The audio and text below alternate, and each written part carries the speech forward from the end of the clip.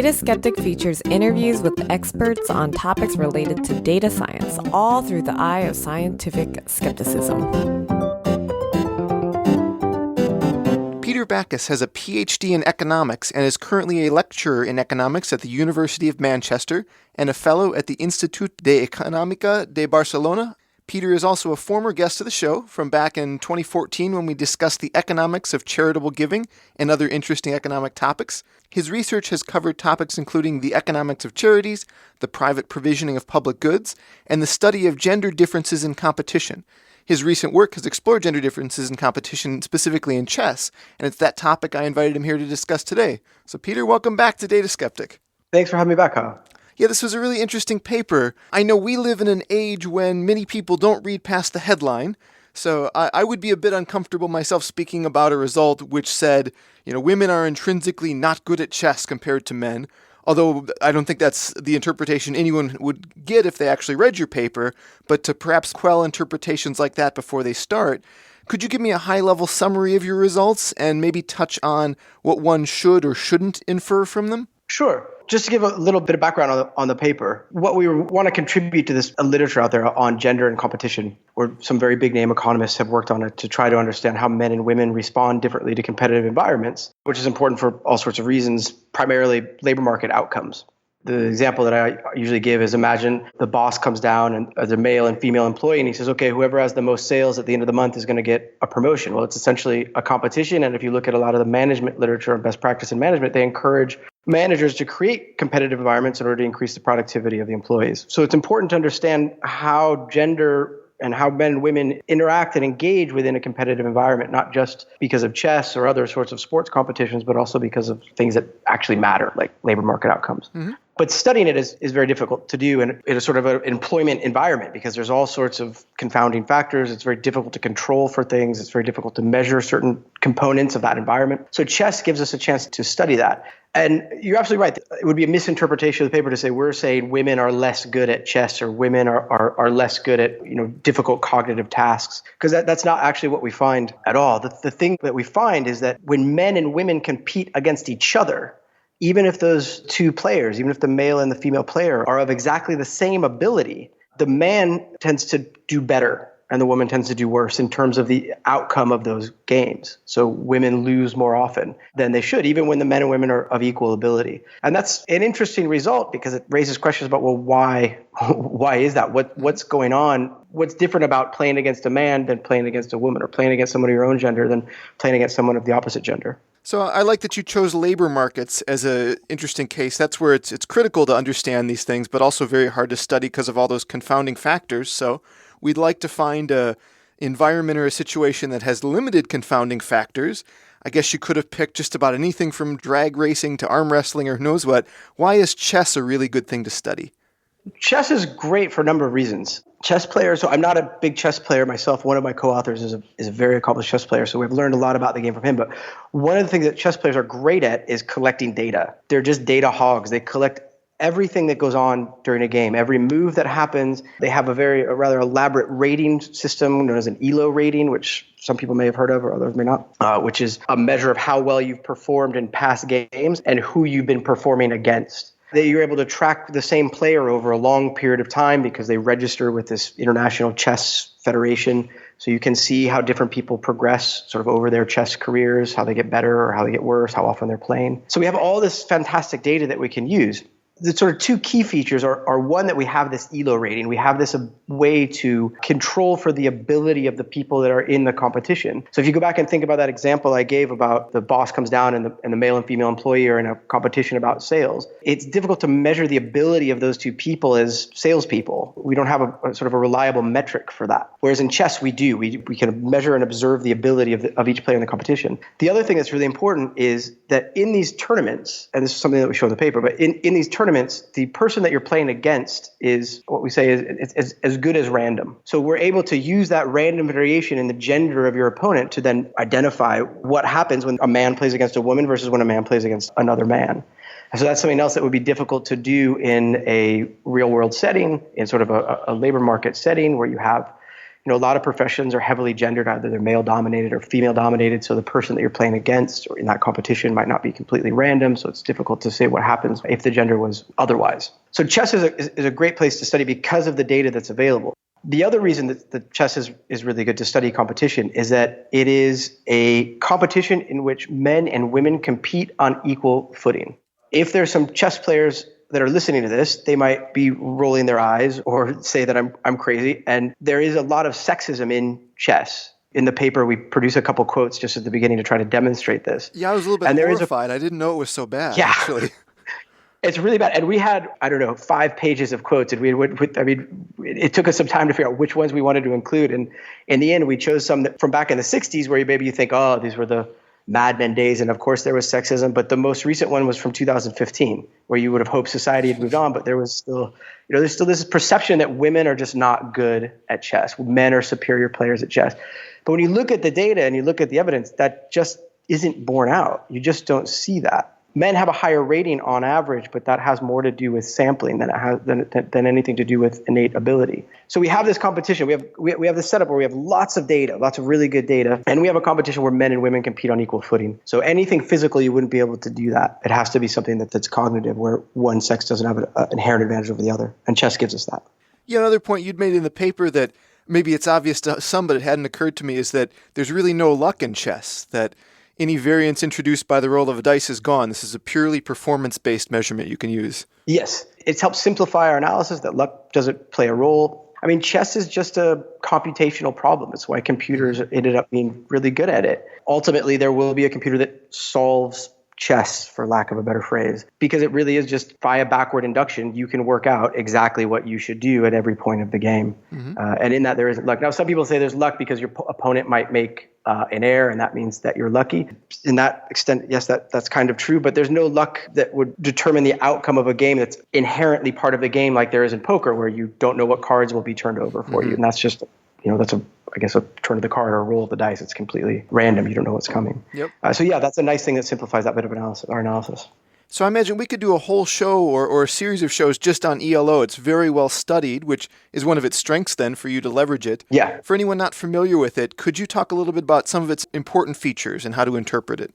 So the ELO rating, it's been used in chess for a long time. The people over at 538, which I'm sure you're familiar with, and probably your listeners are as well, Nate Silver's website, they've started using it for other sports. So they have an ELO for NBA teams and they have an ELO for NFL teams. The benefit of an ELO is it's better than just looking at, say, a win-loss record, because it takes into account the strength of the opponents that you've faced in the past. If you have two players of exactly equal ability, so their ELO is exactly the same, there's a 50% chance that player one should win and a 50% chance that player two should win. If player one defeats player two, player one's ELO will go up by some amount, a small amount. But if the players are of different abilities, say player one is of a much higher ability than player two, and player two defeats player one, so the worst player wins, player two's ELO will increase by quite a bit more. And if player one loses to player two, so the better player loses to the worst player, player one's ELO will fall by more.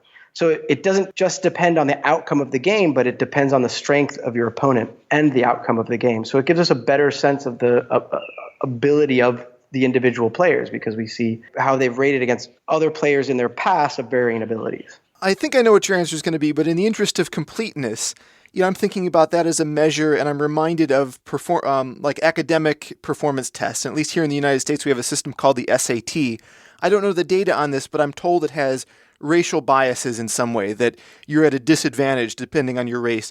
Is there any possibility ELO could have a disadvantage to gender, and that could explain this?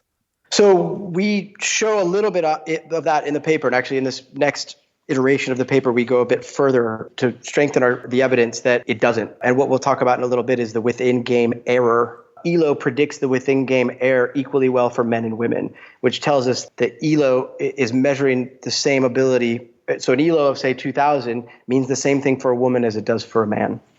Of course, ELO is your historical record. It's every game you've won or lost up to date. But you're really looking at the next game in a sense. Can you look at it with some granularity, or do you just have to take the match as a whole? So you mean within a particular game? Right. We can look at it with more granularity because the chess community is so great at this, and they record every move that's made. We're able to look at not just the outcome of the particular game, but we can look at the quality of every move made within that game. And that's really the value added of this particular paper, because other people have used chess to try to study gender differences in competitiveness, and they've looked at just the outcome of the games. And they find the same thing that we find sort of in the first part of the paper. The innovation in our paper is to go a step further and try to understand, well, what's going on within those games? Why is it that we keep observing women performing worse when they play against a man, or men perform better when they play against a woman? And that's actually a key question, is that if you look at just the outcome of the game and you see that women are doing worse, conversely men are doing better in terms of wins and losses, you don't know whether that's because men are somehow playing better, or men are pursuing a different strategy when they play against women, or if it's that women are somehow playing worse or pursuing a suboptimal strategy when they're playing against men. So you can't untangle those two just by looking at the outcome of the game. The real value added of our paper is to look at those individual moves, look at what's happening inside of a game between a man and a woman versus between a woman and a woman, and try to measure whether or not the sort of the quality of play is different from one game to another. Yeah, that's really interesting. I'd love to delve in a little bit more. Could you talk about some of the methodology for how you try and determine the quality of within-game play? This is the piece that we were all very excited about when we came up with this, actually, because we thought this was very clever.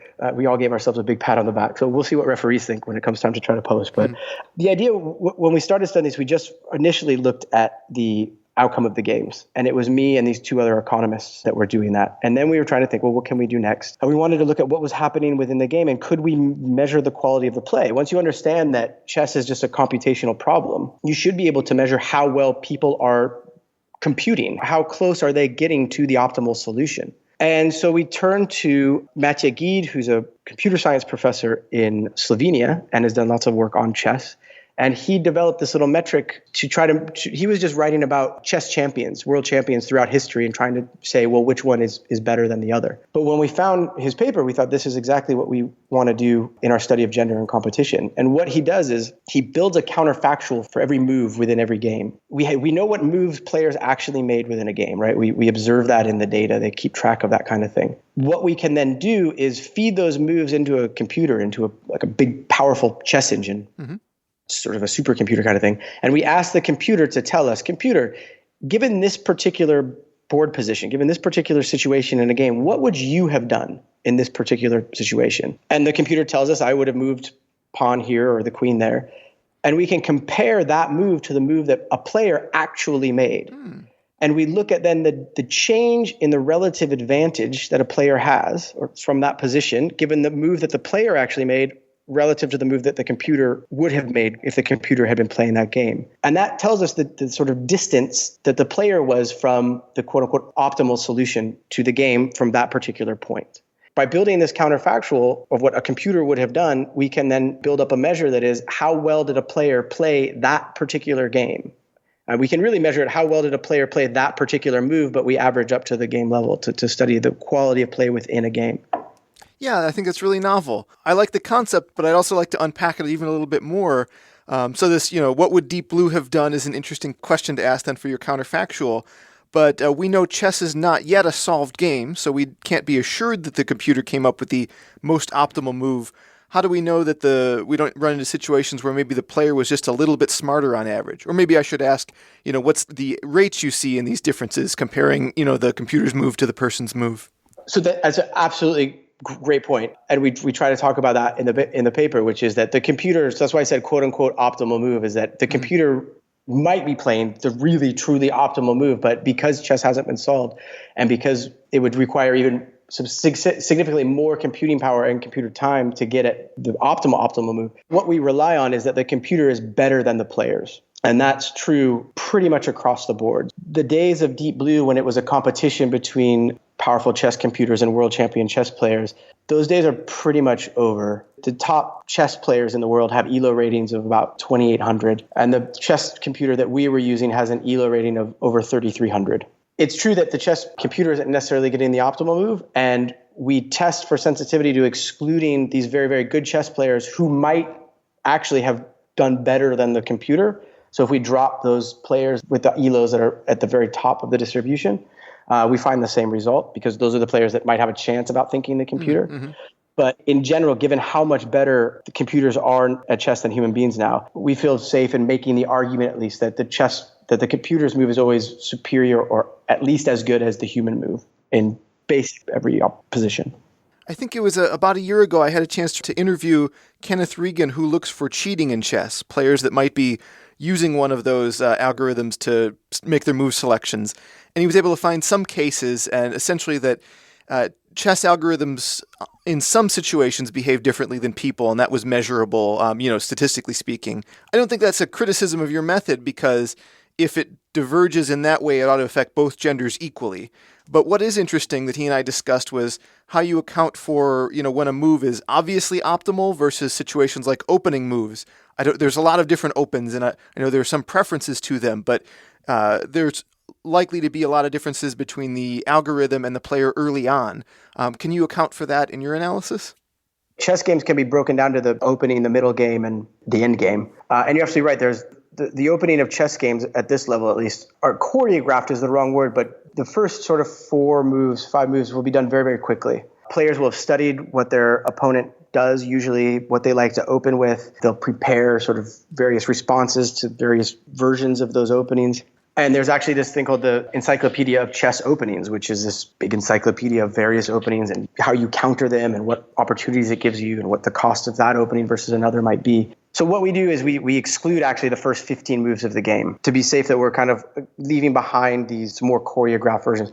And we also exclude anything over 30 moves. So we look at the middle game, which is 15 to 30 moves. And we do that because when we did it for all of the moves, you're absolutely right. Towards the end of a game, a player might choose a sort of very suboptimal move because they're behaving in a very, very defensive way, perhaps, or they're sort of trying to get a draw rather than trying to win. Those two things, the end game and the opening, are more complicated, we thought. So we just take the middle of the game where it's really about sort of computational intensity is at its height and really figuring out how to best position yourself to set up the end game that you want. It was the most important part to look at and the quote unquote safest part to look at that avoids some of these other issues in the openings and the end game. So let me see if I've got this right. It sounds like you guys are using this as a measure of inner game play. And that's more or less than a score for each game of how well an individual player did against what your expectations would be. And then you can look at that score conditioned on the gender of both the players to see how inter and intra competition works. Is that basically the framework? Yeah, exactly. So we condition on the gender of the opponent as well as the ELO ratings of the two players. So we're holding that ability constant as well as an individual effect for the player that we're studying. Got it. So then let's get into some results. What do you see in, intergender games, people playing someone of their same gender? If you look at male games and female games, the error, so our quality of play metric in the paper we call quality of play, or the error, which is the bigger the error, the worse the person has played. Those two are about the same once you control for ability. They don't seem to differ if you're playing someone in your own gender, conditional on ability. And then what about cross-gender play from both the male and female perspective? So that's where the things get interesting. Exciting is maybe overdoing it, but that's where things get interesting is that in addition to the main result that we find that women perform worse in terms of outcomes, so they lose more often essentially when they play against a man. We find that women's quality of play, so their errors are bigger when they play against a man, but a man's quality of play doesn't vary with the gender of his opponent. It's not that men are somehow extra focused or pursuing more optimal strategies when they play against a woman. Their quality of play stays the same regardless of the gender of their opponent, but women perform worse in terms of the quality of the play within the game.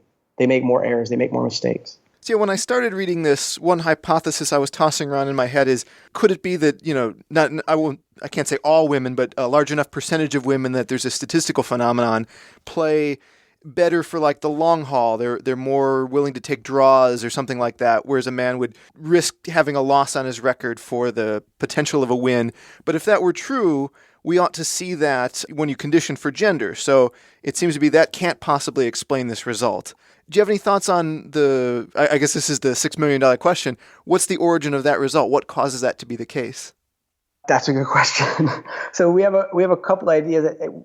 the thing we say it's consistent with, it's not necessarily evidence of, but it's consistent with something called stereotype threat, which I don't know if you're familiar with or if your listeners are familiar with. Let's go into it. It's a phenomenon that's been studied in psychology for a long time. I'm sure people have heard of it in terms of, if you look at like high school, girls do worse on math exams than you might expect them to do. So they're consistently doing worse than boys. But some research has been done where if you give girls a math exam and you tell them, all right, this is a gender neutral math exam, they catch up to boys.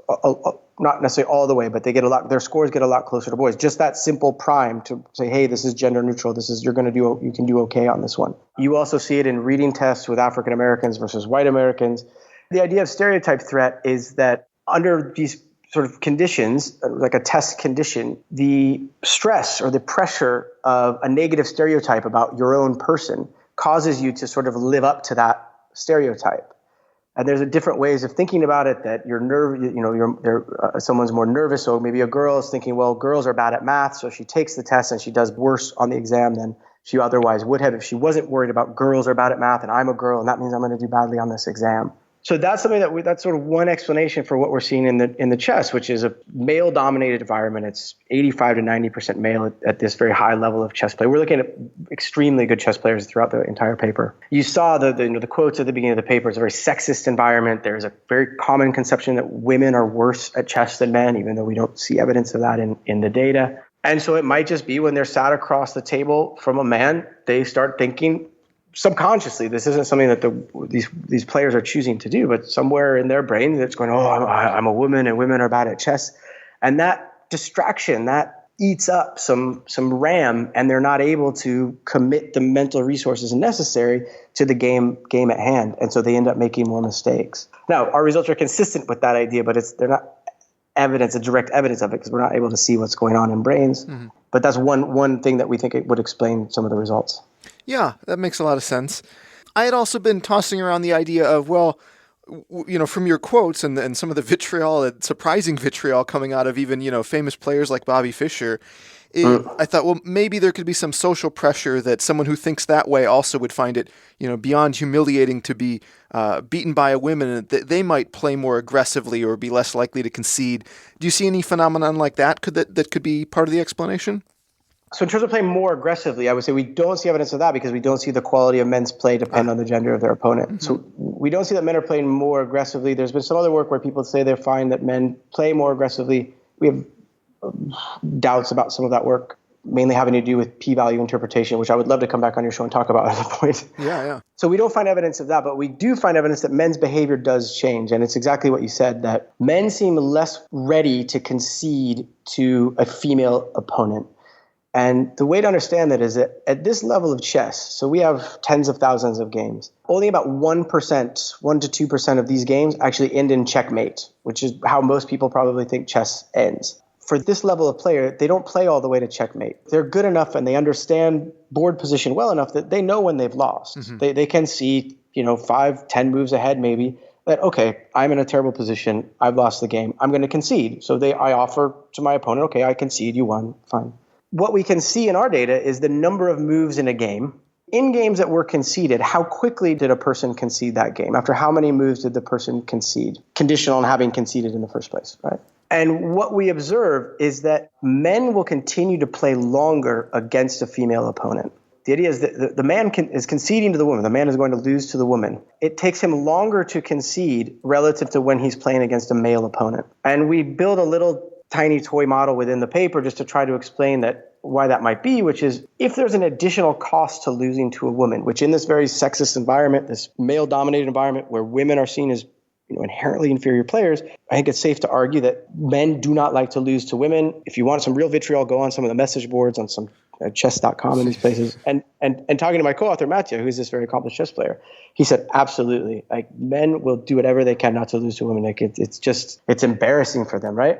In addition to losing the game, which is costly in terms of your ELO points, in terms of just losing isn't a pleasant experience for anybody. But for a man to lose to a woman, there's this additional cost, this additional psychic cost that I've lost, but I've lost to a woman. If that's the case, we expect to see them play to a worse position. So they might be at, say, move 50. They might go, okay, I definitely 98% sure I've lost this game. If I was playing against a man, I would concede. But because there's this woman and if I lose to her, I get this extra cost against me, I'm going to just keep playing until I'm 99% sure that I've lost the game. So they exert that extra effort to play those last couple moves, and they extend the game a little bit more when playing against a woman. Now, the interesting thing about the change in their behavior, the men's behavior and the women's behavior, both genders change their behavior, but they both change behavior in ways that negatively affect outcomes for women. Both of those changes in behavior help explain the initial effect that we measured, which is women lose more when they play against a man, conditional on their abilities. So I haven't asked yet about the size of the effect. Is there a way you have to quantify this decline in quality of play? We do, and that's a great question. It's something that anytime anybody's reading empirical work, they should. So significance is great. We're all used to seeing, 1 star, 2 star, 3 stars, 1%, 5%, 10%, whatever it is. But magnitude is super, super important, right? Because it might be statistically significant, but it might not be economically significant. Our effect is small. It's not enormous. It's equivalent to about a 30 ELO point differential, an additional 30 ELO point differential. When a woman plays against a man, it's as though the ELO difference between them was plus 30 points in favor of the man, which is not insignificant. And I got the paper here in front of me. I'm trying to look at I think that's like a 3-point difference in the expected outcome of the game if winning is 100, say, and losing is 0. Mm-hmm. It's about that. It's not a huge effect, but it's big enough to matter. I think it's big enough to be a concern. 30 ELO points is not nothing. Yeah, if it's statistically significant, which it seems to be, and it's non-trivial, then it's absolutely worth looking at. Yeah. For a little bit more reference, maybe, I know you quoted some of the ELOs of grandmasters and whatnot earlier. Could you give me a ballpark? Who's a grandmaster, and what would I be if I went to play chess for the first time? What would my ELO start at?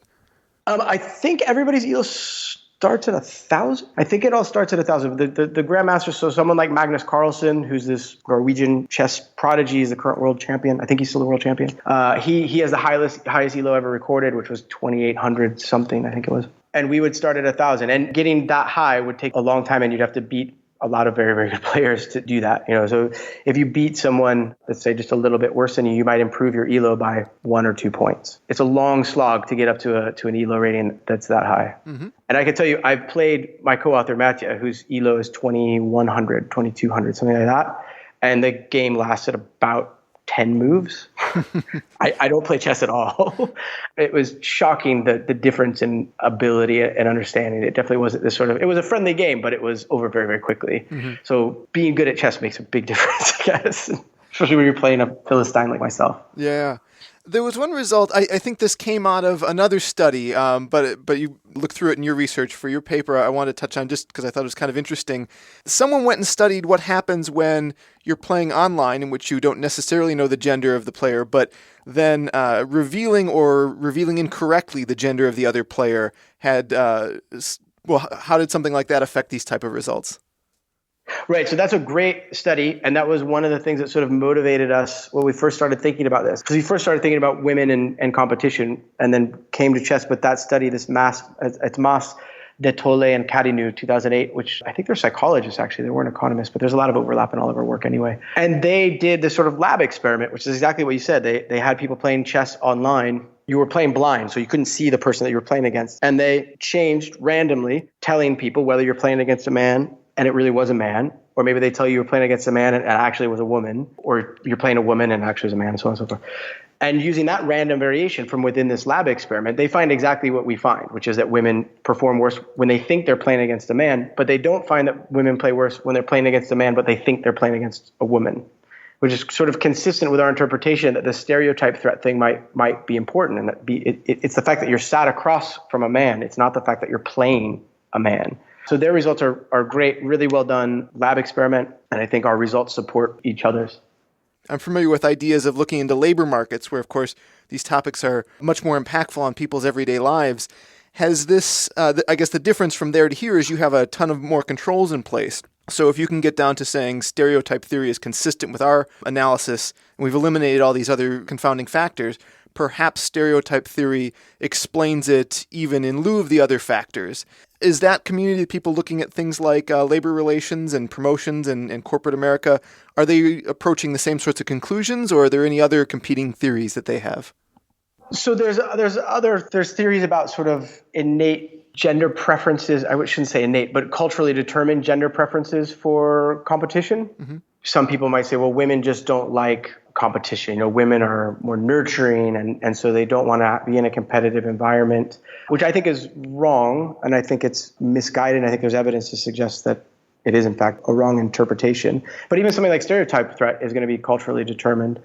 In terms of what's actually being done in labor markets, being done for promotion decisions or hiring decisions, we hope that studies like ours will help convince people that they need to think about these things when developing their hiring strategy or developing a system of promotions. It's something that I bring up at my own university all the time. In economics, there's a huge underrepresentation of women. My own university is particularly guilty of this. And it's not necessarily because we're a bunch of sexist people when we go hire, but everybody has biases, and those biases result in the outcomes that we see. So we hope that evidence like this helps inform this debate and inform the discussion that when you're making hiring decisions or probation decisions, you need to consider this sort of thing. So if you're going to create a competitive environment within your office or in your firm, you need to be aware that men and women may be responding differently to that. And you might see men then rise up the corporate ladder faster, but not necessarily because they're more productive or because they're better employees, but because they respond differently to competitive environments than women. I think it would be hard to blind something in the hiring process, maybe early on, but certainly in terms of performance, the people you're interacting with. But maybe for our topic of chess, is there a way we could put some mechanism in place to eliminate or defend against this observed quality performance issue?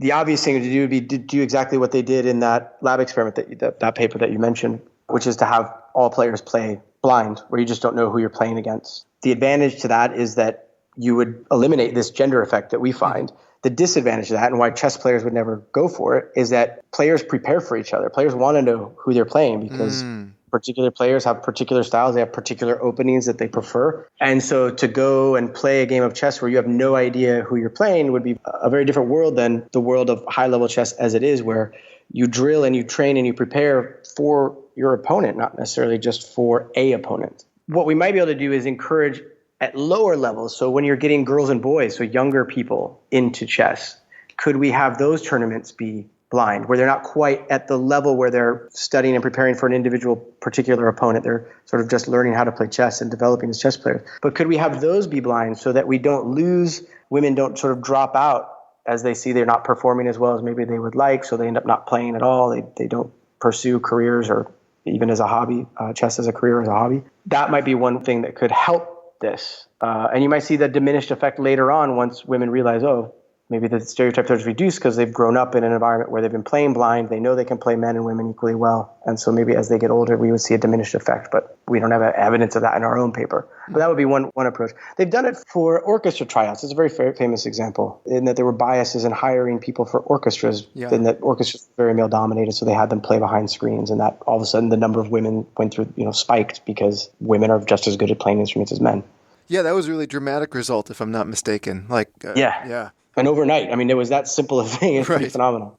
So you might see we have a smaller effect. We don't, because we're not looking at hiring, we're not looking at selection, but we might. If there was a way to do an academic job market better where we could do it blind, but it's hard to think of how you would do that in practical terms. Yeah. Well, Peter, is this the sort of pinnacle of this line of inquiry, or is this a stepping stone? Do you have more in this direction coming forward? So this is definitely a stepping stone. There's a lot of very bright people working in this area, trying to understand gender and competition and various dimensions of it. We have a companion paper we've started working on now, which is looking at gender differences in expectations of performance. So going into a tournament or going into a particular game, a player will have an expectation of how well they will do. And we're interested in understanding whether there's gender differences in the relationship between the actual performance and the expectations of performance, if that makes sense. Yeah. So if listeners wanted to check out this paper or keep track of your work in general, where is the best place to go online?